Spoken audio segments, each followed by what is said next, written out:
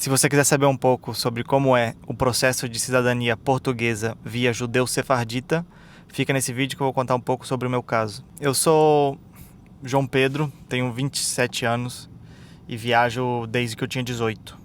Eu sempre vi muita gente, que viaja com passaporte italiano, passaporte português, e pelo que eu soube da família, não tinha nenhum ancestral estrangeiro tão próximo ao ponto de solicitar cidadania, né? Pela pesquisa que eu sempre fiz, era uma coisa, eu não me qualifico, não tenho italiano na família, Itália sempre foi o país mais fácil, né?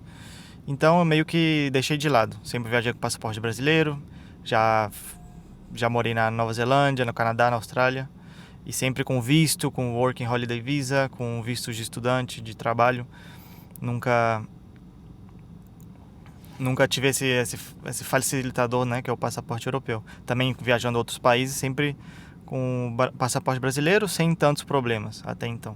Até que eu fui me aprofundar um pouco mais sobre o tema, descobri que eu tinha um tataravô espanhol e eu também estou aplicando para a cidadania espanhola, mas isso é assunto de outro vídeo. O assunto de hoje é sobre a cidadania portuguesa. Eu fui atrás de alguma maneira, cheguei num ponto que eu queria saber de verdade se eu me qualificava. Eu via muita gente que tinha passaporte, eu falei, não é possível que eu não tenha alguém assim que veio recentemente da família, não me qualifico de nenhuma maneira. Eu sei que eu tinha, por exemplo, tataravós alemães, tinha dos dois lados, tanto do meu pai quanto da minha mãe. Porém, na Alemanha é uma regra um pouco mais difícil e se eles vieram antes de 1904, é muito difícil você conseguir porque tem uns requisitos a mais e no caso eu não me qualificava. Até que um dia, enfim, eu descobri sobre essa possibilidade de que se você tivesse um judeu sefardita na sua árvore genealógica, que foram judeus expulsos de Portugal ou da Espanha, geralmente aí nos anos 1500, 1600 ou até antes disso, você poderia, comprovando esse vínculo familiar com o judeu sefardita, postular a cidadania portuguesa. Eu achei isso sempre muito difícil também, né? Falei, como é que eu vou provar que eu descendo de um cara de 1500? Vai ser uma coisa muito difícil até eu conhecer as plataformas de genealogia, né? Tem várias delas. A principal, né, que eu vou falar aqui hoje, que foi a que me ajudou mais, foi o Family Search. O Family Search é uma plataforma de genealogia que compartilha bilhões de registros de óbito, registros de nascimento, casamento, além de outros também de imigração, vários tipos de registros de pessoas, né, que já faleceram. E você pode criar sua árvore lá e saber um pouco mais sobre as origens da sua família, né? No meu caso, eu fui criando a minha árvore, coloquei meus avós, coloquei alguns dos meus bisavós que eu sabia, outros eu não sabia. E o site tem um sistema que linka automaticamente os seus ancestrais, uma vez que eles têm algumas informações, né?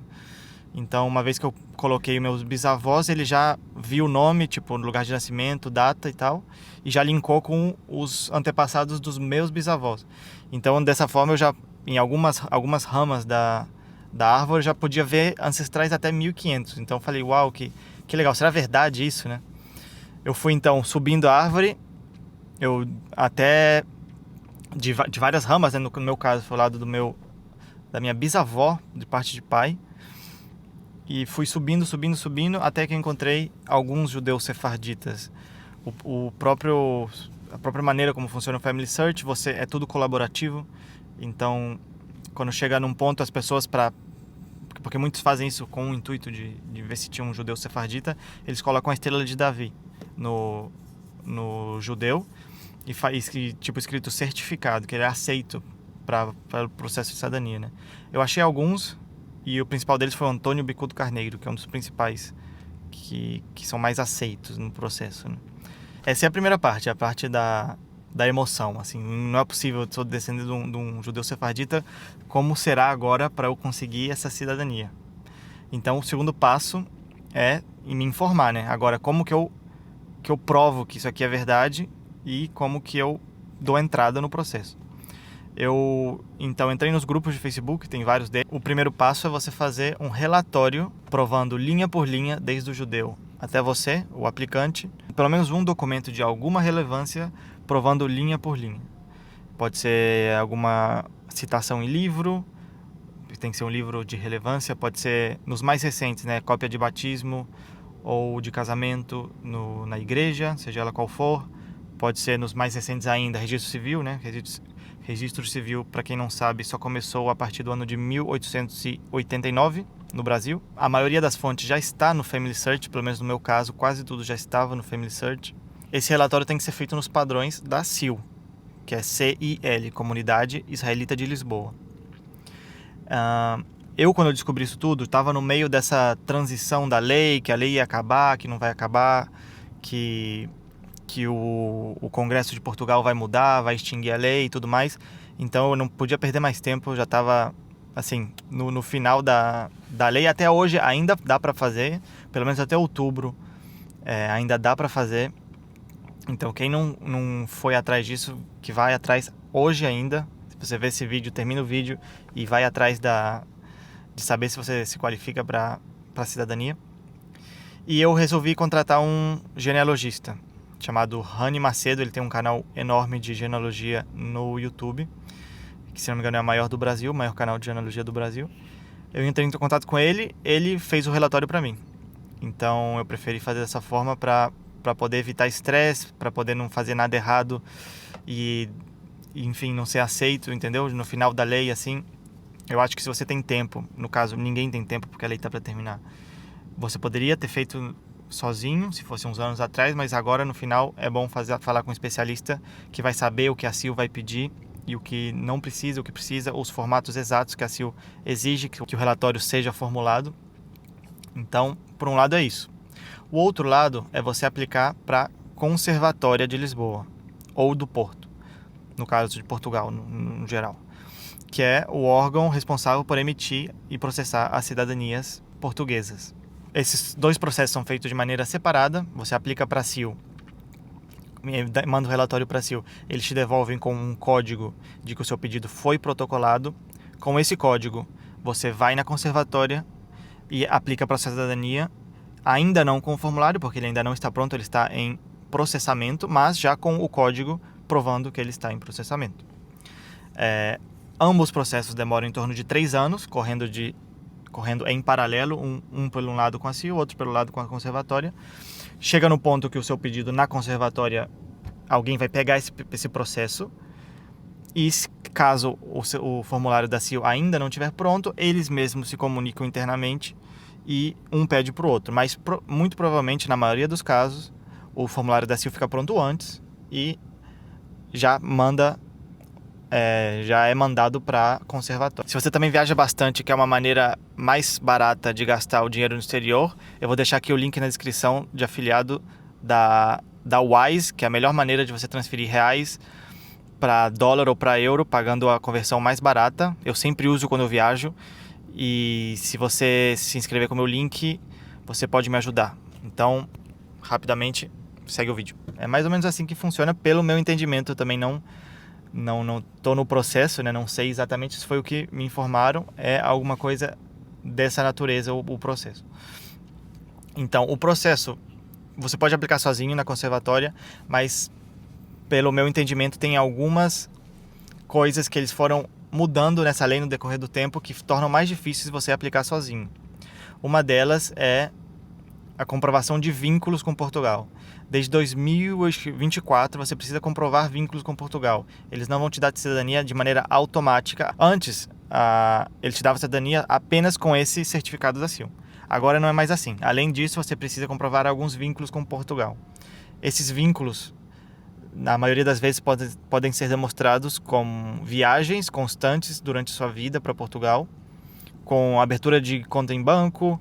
Se você tem algum imóvel lá, isso eu acho que vale muitos pontos, né? Mas não é o meu caso.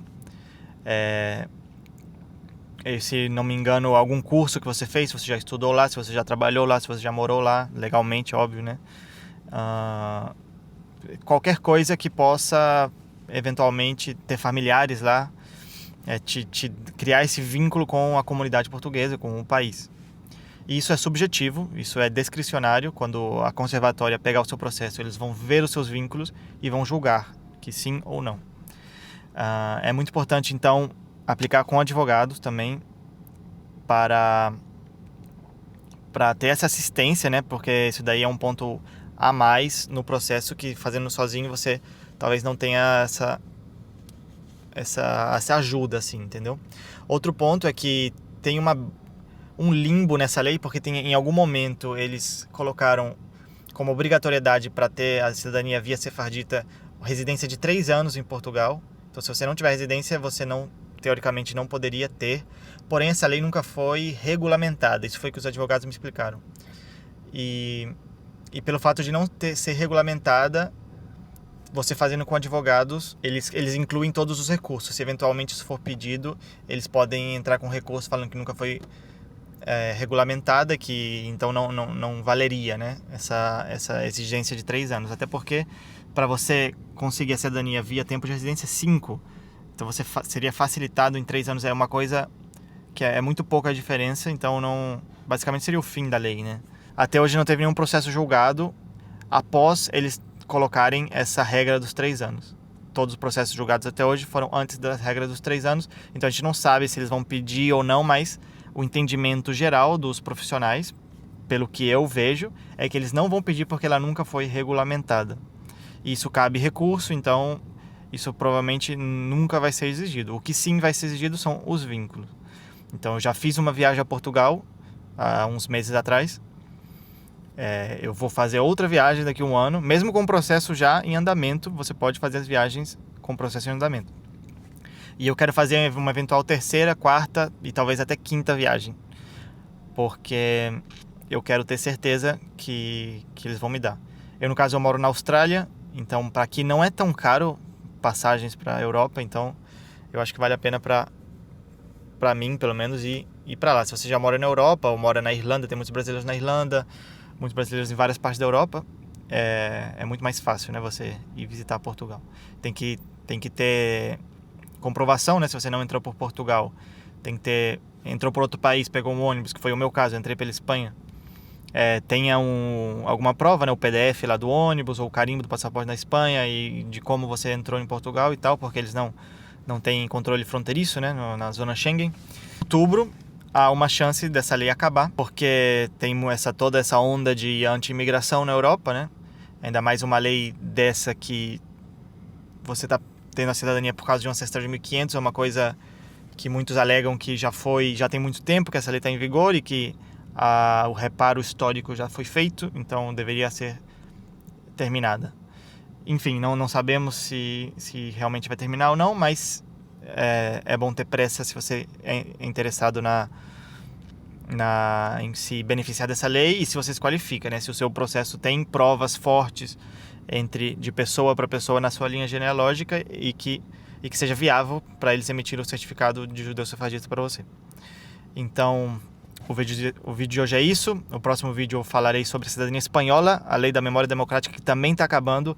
Todas as portas estão se fechando ao mesmo tempo, então é importante, se você quiser a cidadania, agir rápido. Então, por esse vídeo é isso. Até mais.